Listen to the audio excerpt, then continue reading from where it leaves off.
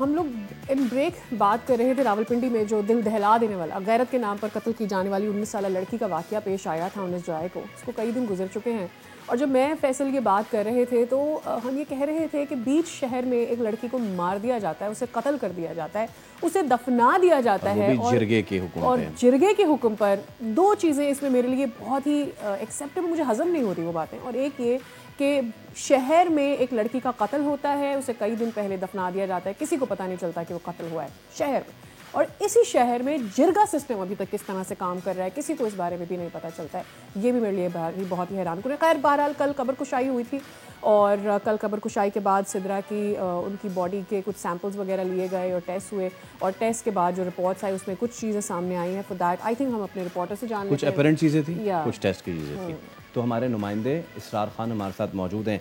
इसरार, सबसे पहले तो ये बताइए कि किस हालत में वो लाश मिली और जो टेस्ट हुए हैं उसमें क्या कुछ सामने आया है? जी देखें कि ये जो हादसा हुआ है रावलपिंडी में अफसोसनाक, जिसमें ये 19 साल लड़की जो है सिद्रा, इसको जिस मासूमी से और बेदर्दी के साथ जो है ना गलत दबाकर कत्ल किया गया है, जिस पर पुलिस की जानिब से अदालत से बाकायदा जो है वो ये इस्तदा की गई थी कि कब्र कुशाई की जाए, जिस पे अदालत ने फैसला दिया था और कल 10 बजे का टाइम रखा था। और कल जब पीर बदाई जो कब्रिस्तान में खातून मेडिकल ऑफिसर मिसबा की मौजूदगी में दीगर जो हकाम है, पुलिस की बहुत बड़ी तादाद वहाँ पर मौजूद थी और कब्र कुशाई की गई। तो कब्र कुशाई जब की है तो एक जो चीज़ मौके पे ही साबित हो गई है वो ये हुई कि लड़की की ज़बान बाहर निकली हुई थी, उसके होंठ नीले थे और उसकी गर्दन पे दबाव का जो है गर्दन दबी हुई थी। ये तो वो जो एविडेंस है जो कि मौके पे ही साबित हो गए हैं।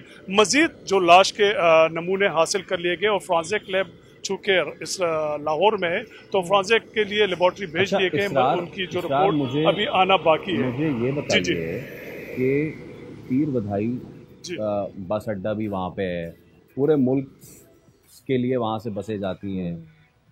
वो ऐसा भी नहीं है कि कोई गांव है, अब तो पिंडी बीच शहर आ गया, पीछे स्टेडियम है, थोड़ा आगे पर पीर बधाई है, वहाँ पे जिरगा होता है।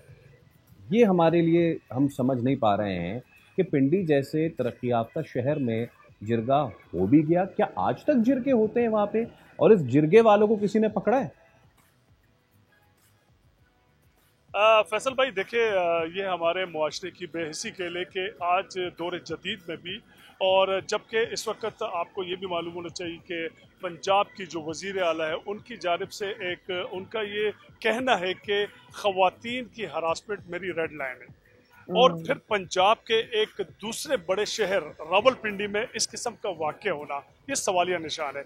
आगे बात करें हम, आपने पूछा जिरग के हवाले से, तो रावलपिंडी के जो इलाके हैं, जैसे कि आप पीर बदाई की बात कर रहे हैं, पीर बदाई के साथ साथ दीगर जो इलाके हैं जो कि तरनोल तक जाते हैं और जहां से समझ लें कि हमारा KPK का बॉर्डर शुरू होता है, ये वो इलाके हैं जो कि GT रोड पर वाक़ है। और आज भी वहाँ पर ख़ुसूसन जो KPK से जो लोग माइग्रेट करके यहाँ पर आए हुए हैं उनकी बहुत बड़ी तादाद यहाँ पर कबीले यहाँ पर आबाद है जो यहाँ कारोबार भी कर रहे, बिजनेस कर रहे।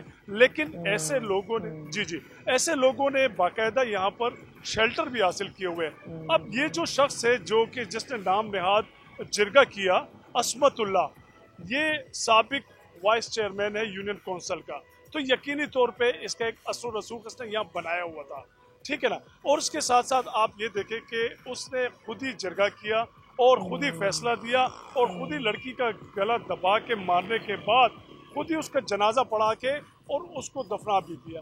कितनी बड़ी बेहिसी की बात है।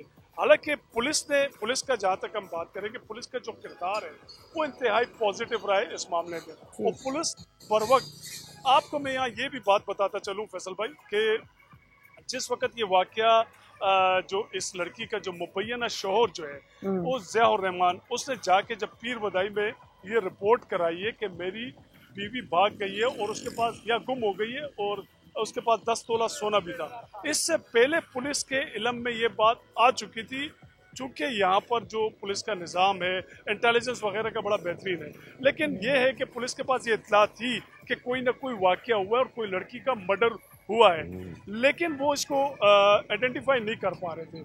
लेकिन जैसे पीर बदाई थाने में ये रिपोर्ट दर्ज कराई जाती है, इस शोहर की जानिब से, तो फिर वो पुलिस ने बड़े तरीके से इस ठीक है सर, हमारे पास वक्त की कमी है, इस पर ये डेवलपिंग स्टोरी आपसे फिर रब्ता करेंगे, इस पर आपसे जाने। दरअसल आपको शायद याद होगा बलूचिस्तान वाकया जो हुआ था, वो जो वीडियो आई थी, तो हमारे रिपोर्टर ने हमें क्या बताया, ब्यूरो चीफ ने हमें क्या कहा था, उन्होंने कहा था कि ये वीडियो पुलिस के पास पहले से मौजूद, ईद से पहले की, जी वाकया ईद से पहले का, ईद से पहले का वीडियो था, पुलिस के पास आ गई थी, पुलिस के पास पहले से थी, नजरअंदाज लेकिन उन्होंने नजरअंदाज कर दिया। यही वाकया एक दफा फिर से हम वही सारे फैक्ट्स दोहराते हुए देख रहे हैं। ऑलराइट, चलें।